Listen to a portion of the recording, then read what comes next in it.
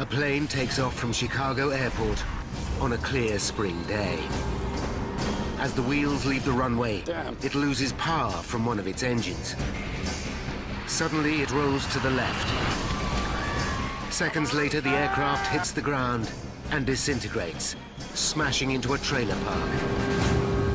273 people are dead. Now, a team of investigators must find out exactly what went wrong in America's most catastrophic air accident. What they discover will uncover fatal shortcomings in the American aviation business and change the industry forever. Disasters don't just happen. They're a chain of critical events. Unravel the clues and count down those final seconds from disaster.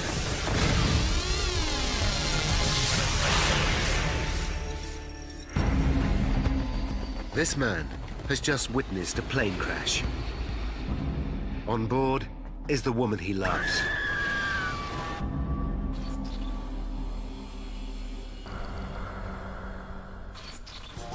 North America, Illinois, Chicago.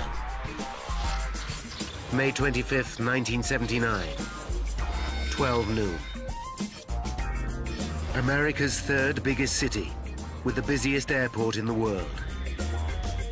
Every minute, a plane lands or takes off from O'Hare International Airport. More than 2,000 flights a day. This is one of the most crowded airspaces in the world. On its final approach to O'Hare is an American Airlines DC-10, flying in from Phoenix, Arizona. At the controls is 53-year-old Captain Walter Lux. Walter has worked for American Airlines for 29 years and completed over 22,000 flying hours. Welcome to Chicago, ladies and gentlemen. Thank you for flying American Airlines. It's 1:30 p.m. and Walter prepares to go off duty when a fellow pilot approaches him. The colleague has to attend a family function and asks Walter whether he'll swap shifts and take flight 191 to Los Angeles that afternoon. Walter has to think hard. It's the Friday before Memorial Day holiday weekend, and Walter is looking forward to the break. He lives in Phoenix, but this weekend he plans to stay in the family holiday home in the Chicago area with his son Michael.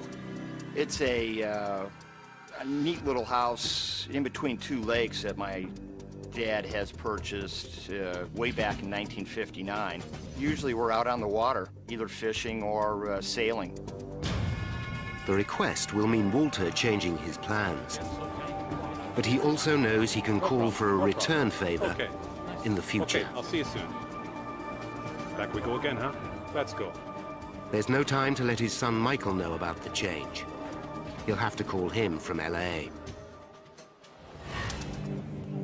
Already, passengers are checking in for Flight 191. 21-year-olds Deborah Ann Maruzzi and Doreen Malik are going on the holiday of a lifetime to Hawaii. Debbie's boyfriend, Ray DeVito, sees them off. Hi now. See ya. I'm thinking what a great day it was and just how wonderful it is to be able to just hop in a plane and fly to Hawaii. They were going to land in LA and then take off in LA off to Hawaii. I was just caught up in their excitement as well. At 2 p.m., Captain Walter Lux hooks up with his co-pilot, Captain James Dillard, another experienced pilot. They'll be flying a DC-10 to Los Angeles. McDonnell Douglas launched the DC-10 in the early 1970s as its own long-haul wide-body jet to rival Boeing's 747. Both McDonnell Douglas and American Airlines rely on the DC-10 to assure their future at a time of turbulence in U.S. aviation. The previous year, in 1978, the industry was deregulated, and established carriers like American Airlines expect to face cutthroat competition for passengers. But the DC-10 is a plane with a troubled history. Since 1971, there have been 3 fatal accidents in which 349 people have died. The worst was in 1974 in Paris, when a Turkish Airlines DC-10 crashed just after takeoff. A cargo door blew off, leading to catastrophic loss of pressure. 346 people died. Nevertheless, the DC-10 and its cutting-edge flight control systems are popular with pilots, including Walter Lux. He thinks it's a great airplane. He's became a captain on it. Great airplane, especially in the weather in Chicago. February, March, big snowstorms, when a lot of other airplanes might have to divert. Flight 191 is one of the oldest DC-10s in service. It's flown nearly 20,000 hours since 1972. But the plane recently had a major service. It was given the all clear. At 2:30 p.m., Deborah and Doreen are among the passengers taking their seats. The flight attendants know they'll be busy. It's a holiday weekend, and the plane is almost full. A final count confirms that all 258 passengers are on board. 2:45 p.m. 49-year-old James Dillard will pilot the plane at takeoff and landing. Engine anti-ice. This is the first time he's flown the route from Chicago to LA. But for a pilot with more than 1,000 hours flying DC-10s, it shouldn't be a problem. It's just before 3 p.m. Chicago Tower, American 191 K5, ready for taxi. American 191 Heavy, proceed to 32 right via the bridge. O'Hare Control Tower clears the DC-10 to push back and taxi to runway 32R. Air traffic controller Ed Rucker monitors 191's progress. American 191 Heavy, monitor tower on 118.1. Ray DeVito watches from the observation deck. I was first mesmerized by the sheer beauty of this airplane. Beautifully finished in a very high gloss, shining aluminum finish. Thinking, how does this thing even fly? At 3:01 p.m., 191 pauses for an incoming plane. 32 right, position and hold. All right. A minute later, it's cleared for heading takeoff. 330, cleared for takeoff. 32 right, no delay. American 191, on our way. In standard pilot procedure, both Dillard and Lux move the throttle forward. V1. The wing slats are extended to increase the plane's lift. Within 50 seconds, the 170-ton DC-10 reaches takeoff speed. Rotate. But just as co-pilot Dillard eases the plane's nose into the sky, he notices he's lost power from engine 1 on the left wing. Damn. Ed Rucker watches from the control tower. We need equipment. We blew up an engine. Flight 191 is in trouble. But it's too late for the pilots to abort takeoff. They are now committed. What's number one? American Airlines Flight 191 has just taken off from Chicago Airport. As it leaves the ground, it loses power from the engine on the left wing. The plane veers to the left, but co-pilot James Dillard corrects it with the rudder. Come on, come on. He knows the DC-10 can fly with just 2 of its 3 engines and has been trained to deal with exactly this scenario. To reduce the load on the 2 remaining engines, Dillard follows AA guidelines and slows the plane to the minimum climbing speed, V2, 283 kilometers per hour. Air traffic control hurriedly make preparations for the DC-10 to return for an emergency landing. All right, American 191 Heavy, do you want to come back? And to what runway?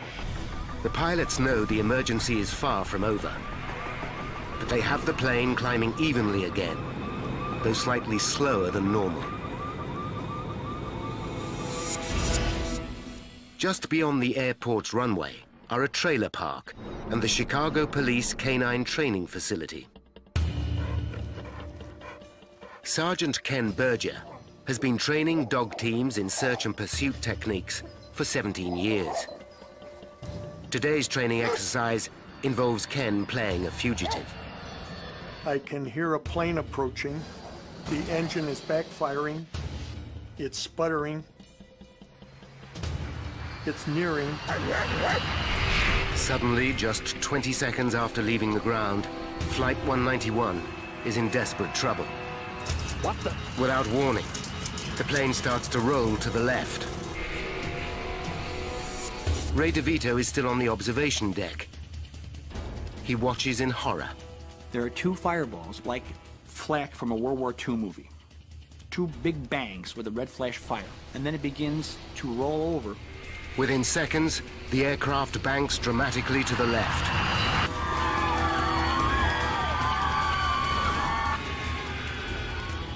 Ken Berger and his colleagues see the plane in trouble. As I break through the trees, the other officers in the training group are running. The DC-10 heads directly for the trailer park, home to hundreds of people. Ray DeVito runs in panic through the airport. Pilots Lux and Dillard fight to level the aircraft. But the plane does not respond. The nose drops below the horizon. He's not talking to me. In air traffic control, Ed Rucker can do nothing but watch as the nightmare unfolds before him.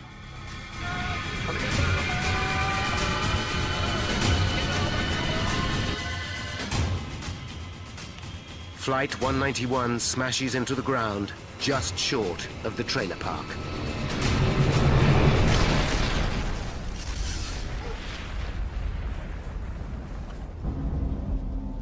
It sends a fireball 100 feet in the air, thick black smoke, and I can feel the heat.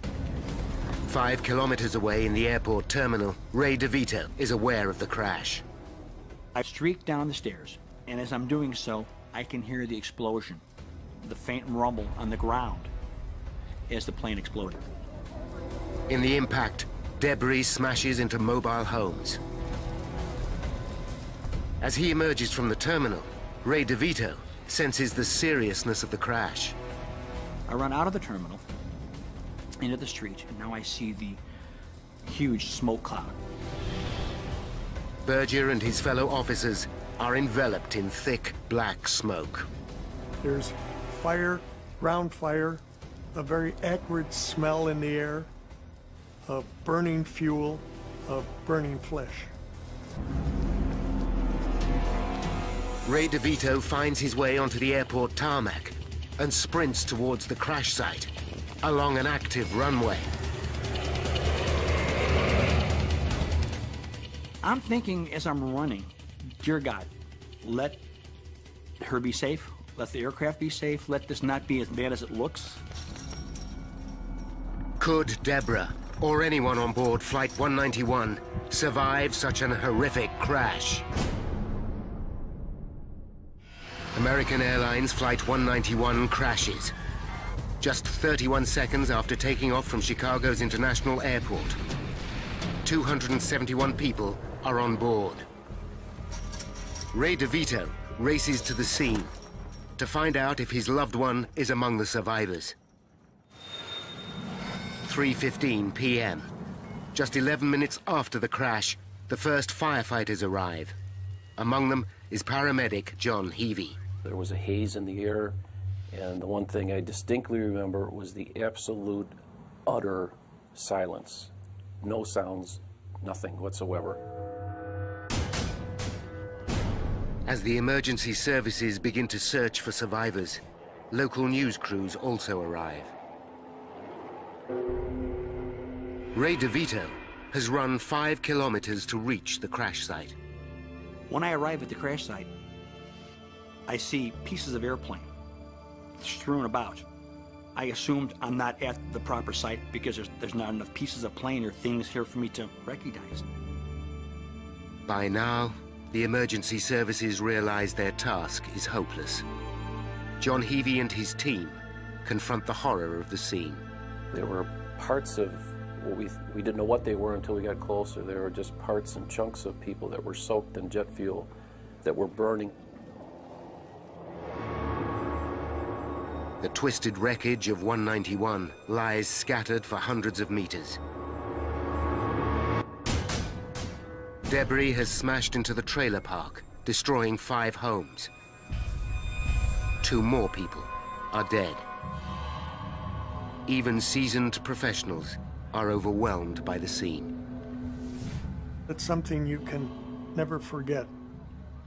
And the hopelessness that you can't help anybody. You can just stare in disbelief that in a second, all this could happen. There are no injured on the ground. Everybody has parachutes. News of the devastating crash flashes across the nation. Started to climb. He kept on climbing a little bit. It collapsed and it hit the ground. The spark set off the jet fuel, and this whole place was nothing but a sheet of flame.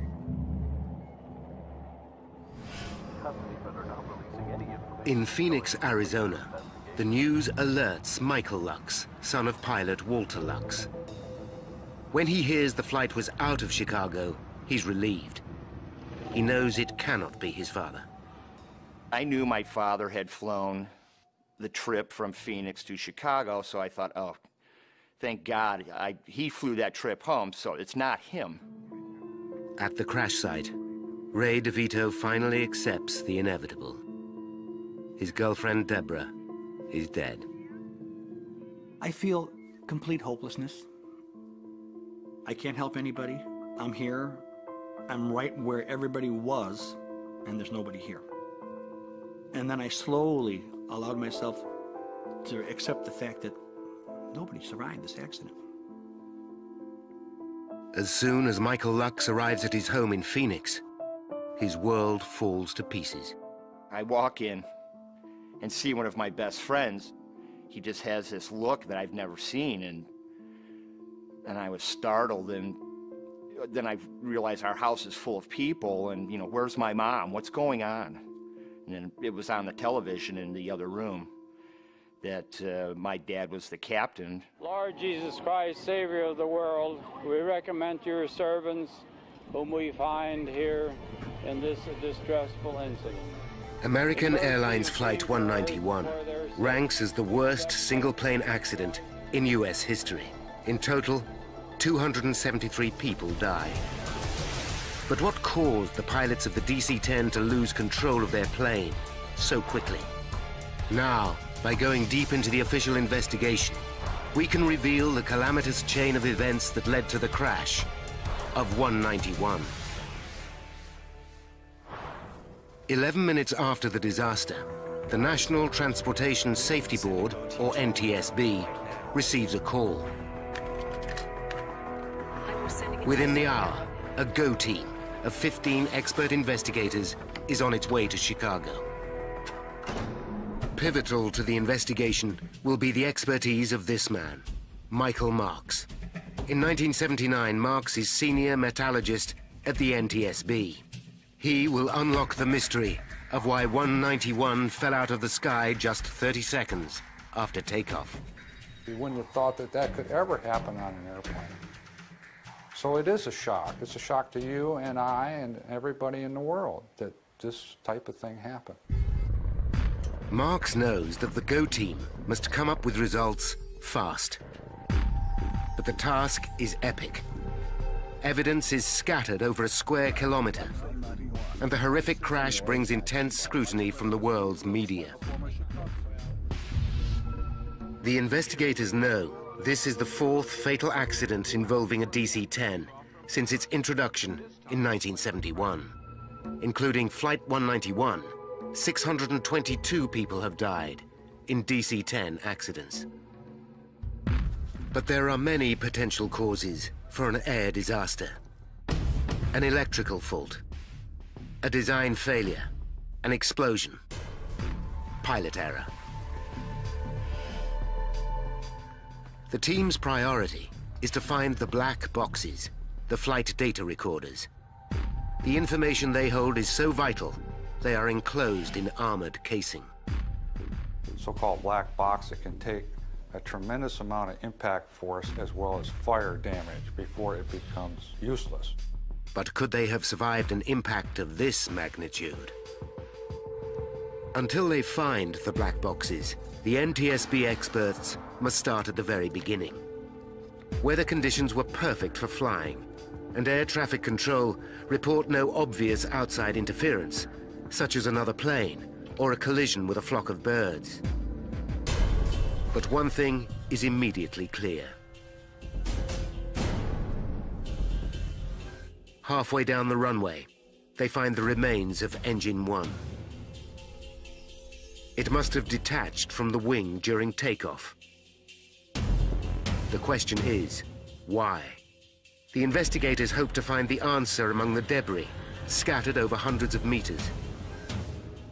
There may be some very small or individual components that would give you the actual cause of what happened. And it's referred to as the golden nugget. It's vital to understand why the engine fell off, and fast. If the DC-10 has a design fault, the consequences for aviation will be huge. Nearly 300 DC-10s carry almost 150,000 passengers worldwide every day. Are they all at risk? The pressing question is, did the loss of the engine alone cause the crash?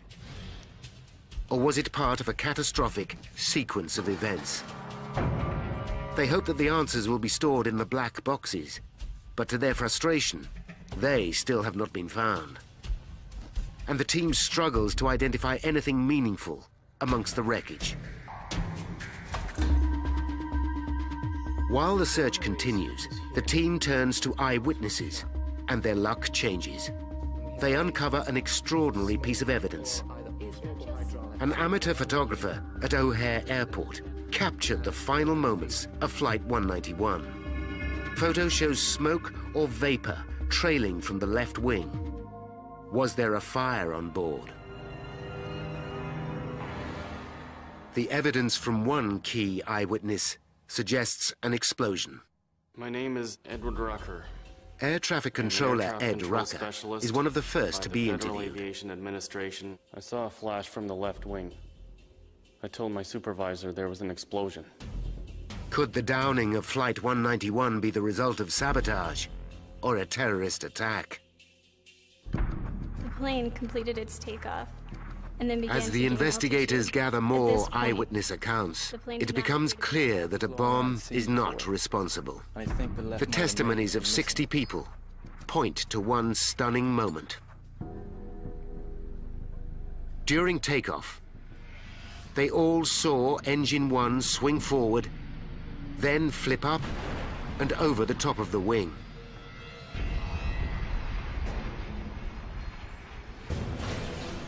It's a shocking revelation that points towards structural failure.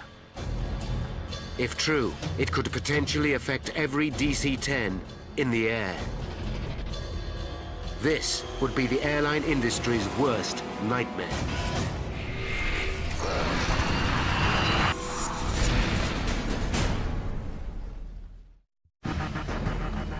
A team of experts from the National Transportation Safety Board investigates America's worst single-plane accident.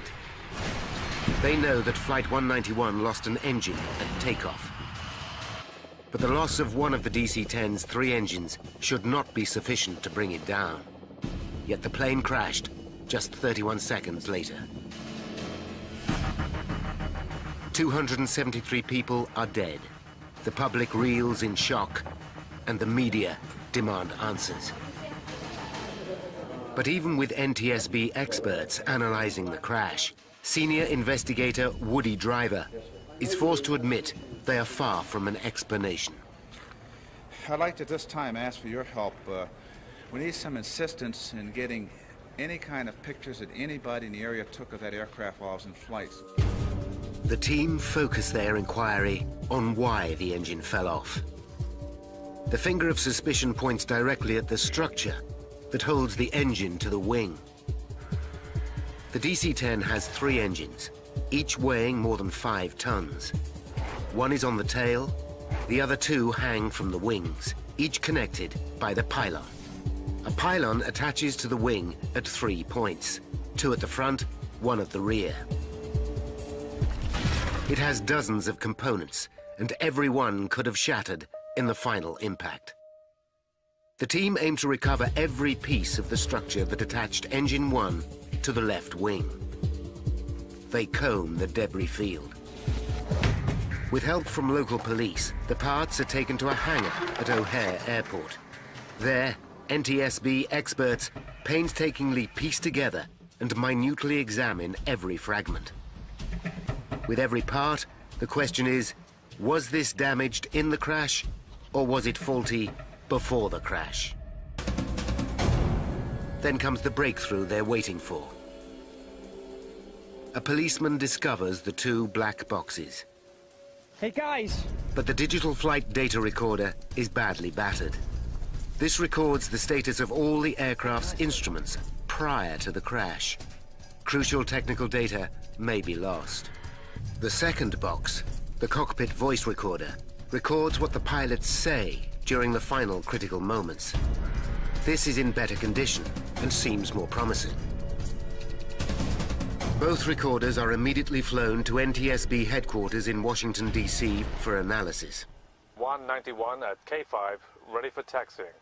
The team inspects the cockpit voice recording first and listens to the dialogue between the pilots and air traffic control. On our way.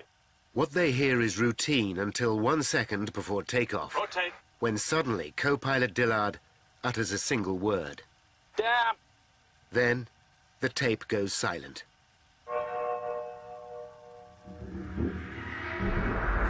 Rotate. The voice recorder stops at takeoff. It will reveal nothing more.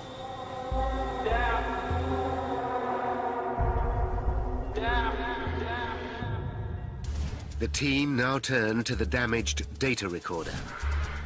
The armored casing survived the crash, but the digital tape inside is torn. Technicians splice the shredded tape together and manage to salvage almost all the data. Only a few seconds are lost. The data recorder continued to function until the final moment before impact. The printouts reveal a disturbing picture. Even with the loss of Engine 1 from the left wing, co-pilot Dillard is able to stabilize the plane. Following standard procedure, he reduces airspeed, but for some mysterious reason, the plane starts to roll suddenly to the left. The investigators search the data recorder for the settings of the ailerons and slats on the left wing. These allow the pilot to control the aircraft. But this crucial data seems to be missing. Even though the data recorder continues working, it stops recording this information at exactly the same moment the voice recorder cuts out. The question is, why? It's now 48 hours since the crash. In Chicago, the team examining the wreckage makes a significant find. After close scrutiny of the pylon assembly that holds the engine to the wing, investigators discover what they believe to be probable cause for the engine falling off. A fractured bolt. It's a much-needed breakthrough, and the team hastily organizes a press conference. Michael Marks, senior metallurgist at the NTSB, flies into Chicago, but misses the beginning of the press conference. He arrives just as his boss, Deputy Chairman Woody Driver, makes a statement. The investigation revealed the presence of a fatigue fracture. While Driver speaks to the press, a colleague hands Marks the fractured bolt. I said something like, what's so important about this bolt? Because I didn't see anything that would show that there was cracking involved. Driver announces to the world that this simple 3-inch bolt appears to be responsible for the loss of 191's engine. The bolt that I have in my hand is the bolt that came off the aircraft. It reflects a fatigue crack, and then subsequent to that... Marks listens with mounting anxiety. His experience tells him that the bolt was damaged during the crash, not before it. The fracture shows none of the characteristics of fatigue. It has sheared suddenly and cleanly. Years of analyzing metal failure tell him the NTSB is making a terrible mistake in front of the world's press. I felt it was unfortunate that somebody would make a statement at that particular time, so early in the investigation. We have found the bolt that holds the engine. As a result of this fracture, the evidence so far indicates that that was the reason the engine came off. Marks knows that the bolt is not the smoking gun and cannot be responsible for the loss of 191's engine. It was more like, to me, that it was the result of the accident than it was the cause of the accident. But Marks's opinion is not shared by all his colleagues. Some still believe that the bolt is the cause. Marks follows his hunch and begins to sift 191's wreckage for himself. He soon discovers another key piece of the pylon assembly, the flange. Close inspection reveals it's damaged. Damage that looks as if it was caused before the crash. There was something that was mysterious about it. I did not understand it, but I knew that there was something that was wrong and needed to be investigated more in depth. Could the damaged flange explain why the engine fell off? Marks and the team decide to check 191's service history. They discover that American Airlines serviced the plane just 8 weeks before its fatal flight. Whenever you have something happen to an airplane where there's been maintenance in the past, you start looking at what was accomplished during that maintenance operation. Bud Lehner, NTSB head of engineering, visits American Airlines maintenance facility in Tulsa, Oklahoma. He discovers serious irregularities with the way AA carries out the work. In addition to the routine service, American Airlines replaces the bearings that attach the pylons to the wing. To complete the modification, the engine and pylon must be removed from the wing. The plane's manufacturer, McDonnell Douglas, advised the engine to be detached before the pylon is taken off. But American airline engineers have developed a shortcut of removing the engine and pylon as one whole unit, using nothing more sophisticated than a forklift truck. This procedure saves 200 man-hours and thousands of dollars for each of American Airlines' 40 DC-10s. The airlines, of course, are interested in doing it the quickest and cheapest way possible. Lowering 6 tons of metal is a delicate procedure. If the forklift truck is in the wrong position, the engine will rock like a seesaw and jam against the pylon attachment points. The forklift operator is guided by hand and voice signals. The position must be perfect, or the operation has the potential to cause damage.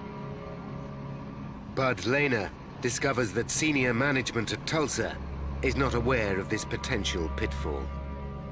We were a little bit surprised that somebody hadn't observed this operation and thought beforehand that there's a possibility that this is going to cause some damage that could be catastrophic. The team also discover that the modification to 191 did not run smoothly. Engineers started to disconnect the engine and pylon from 191's wing, but changed shift at a crucial moment in the procedure. During the handover, the engine and pylon were left supported by the forklift truck.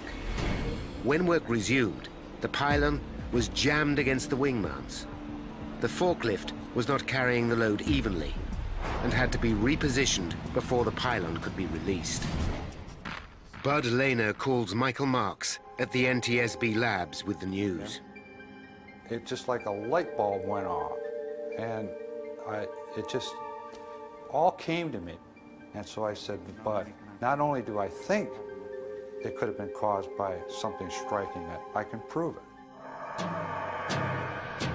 The flange is on a bulkhead, bolted to a clevis. When the bolt is removed to detach the pylon, the flange can move up against the clevis. Marks looks at the flange again. It's not just cracked, it's also bent, exactly matching the curve of the clevis. Since the flange can only come into contact with the clevis when the bolt is removed, the crack must have been caused during the removal of the engine and pylon for maintenance. Finally, Marks knows why the engine broke away from the wing. He's also uncovered shortcomings in the way the DC-10 is serviced by American Airlines. But Marks is aware that DC-10s are able to fly with just 2 engines.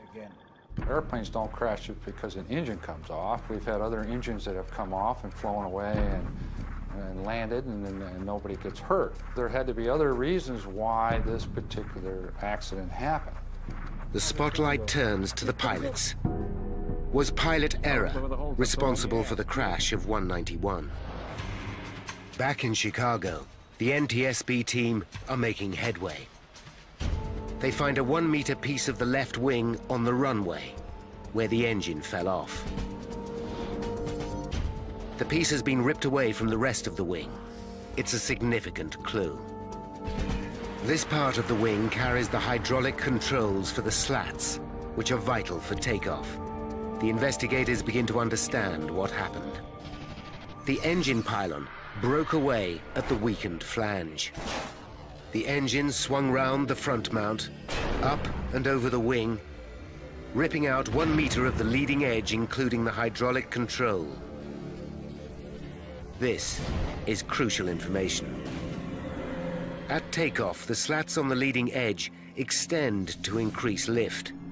Without the hydraulic system to hold them in place, wind pressure causes the outboard slats to retract.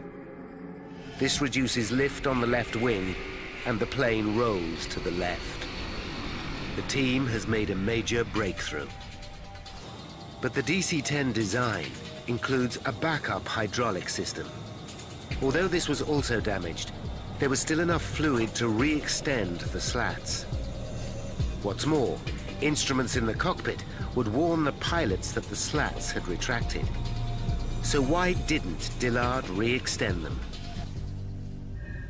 The team realized the answer lies in the abrupt ending of the cockpit voice recording. The takeoff was regular. The electrical circuit that operates both the voice recorder and the slat warning system was powered by the engine on the left wing. You've got pitch, speed, altitude, everything seems normal going down to right about there. When the engine tears away from the plane, both lose power, leaving Dillard with no idea that the slats are incorrectly positioned. But Dillard should still have been able to fly the plane. He was flying the airplane. He was literally flying it out after the engine came off, after the slats came back. So did Dillard deviate from the emergency procedure? The flight data recorder shows that when he lost engine 1, Dillard reduces speed to V2, exactly as trained. V2, 283 kilometers per hour, is the aircraft's minimum climbing speed. Dillard was doing everything by the book, yet still, the plane crashed. Marks and the investigation team start to question whether the emergency procedures are at fault. As part of any plane development, pilots rigorously test its handling in a variety of situations. But the investigators discover that DC-10 tests never covered a situation where the engine and pylon fall off and the slats retract. Calculating the exact effect on the aerodynamics, the team recreate 191's flight in a simulator. 70 takeoffs are simulated with exactly the same catastrophic loss of engine and slat retraction. 13 pilots try to correct the plane, following the emergency instructions. Not one manages to save the aircraft. It's a shocking revelation. The training manual is wrong. The investigators conclude that reducing speed when the slats are retracted is the worst thing a pilot can do. It guarantees that the plane will stall in mid-air. This is exactly what happened to Flight 191. Captain Lux and co-pilot Dillard are not to blame. The news comes as a relief to Walter Lux's son, Michael. It just gave him a little vindication that he was doing everything like any other senior captain would do in that terrible situation. But even with the flaws in the emergency procedures, the investigators know that there was one instrument which should still have been able to save Flight 191. NTSB agents are conducting a painstaking investigation to discover what downed American Airlines Flight 191. They know that in unique circumstances, the pilots unwittingly stalled the aircraft. But the team need to resolve the last mystery. There is one final safety device which should have saved the stricken plane. When a DC-10 is about to stall, it makes a distinctive dual warning. The first is the stick shaker, which causes the pilot's yoke to vibrate. In addition, a light flashes. This combined warning alerts the pilot to increase speed immediately. What the? But on 191, only Captain Lux had a stick shaker, and it wasn't working. This also lost power when the hydraulic system was ripped from the left wing. There is a backup power supply that reactivates the stick shaker, but to turn it on during takeoff is impossible, because the pilots are belted to their seats. This simple power switch proves to be the final nail in the coffin for the 271 people on board 191. Now, by rewinding the events of that fateful day, and by following the evidence uncovered during the investigation, we can finally reveal how Flight 191 crashed. 5 minutes to disaster. 191 taxis to runway 32R at Chicago O'Hare Airport, ready for takeoff. American 191 on our way. The fatal flaw that will down the flight starts 8 weeks earlier, when the DC-10 undergoes maintenance. As the engine and bulkhead are detached, a flange cracks. Every time the DC-10 takes off and lands over the next 8 weeks, the crack gets worse. 1 minute and 19 seconds to disaster. 191 starts its takeoff roll. During the roll, the cracked flange on the pylon fails. The pylon is now only supported by the front bolts. As the nose lifts for takeoff, the pylon rips away from the forward mount, up and over the left wing, taking 1 meter of the leading edge with it. This breaches the hydraulic systems and cuts off the electrical supply to vital cockpit instruments, including the stick shaker. 32 seconds to disaster. Damn. The pilots know that they have lost power from engine 1, but they can't see that they have lost the engine itself and part of the wing. Following emergency procedures, co-pilot Dillard slows to 283 kilometers per hour. The plane continues to climb steadily to 90 meters. Then, as the last of the hydraulic fluid drains away, the outboard slats are forced to retract, causing the plane to lose lift. The loss of electrical power means crucial warning signals fail to alert the pilots to the danger. 10 seconds to disaster. The plane rolls dramatically to the left. The pilots fight to correct this, but the aircraft continues to roll until its wings are past the vertical and the nose pitches below the horizon.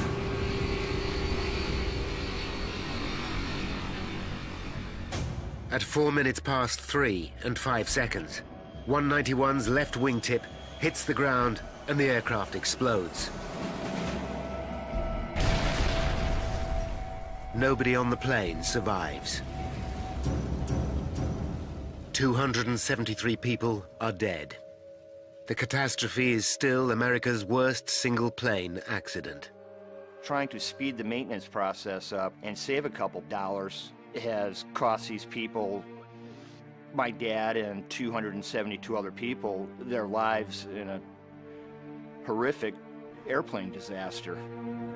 After the investigation, the NTSB recommends fundamental improvements in the aviation industry. The US government orders a change in maintenance procedures. McDonnell Douglas redesigned the DC-10. Airlines install stick shakers for both pilot and co-pilot. Pilots are no longer required to reduce speed to V2 after the loss of an engine. But nothing will bring back the victims of Flight 191. It was a life-changing event. Debbie and I were dating for a year and a half, a little more. You never think that you're going to lose somebody through an air crash. The US government fines American Airlines just $500,000 for improper maintenance procedures. But the insurance settlement for the replacement value of 191 gives American Airlines $25 million more than they paid for it. McDonnell Douglas shares fall more than 20% after the crash of 191. Eventually, the company is taken over by its rival, Boeing.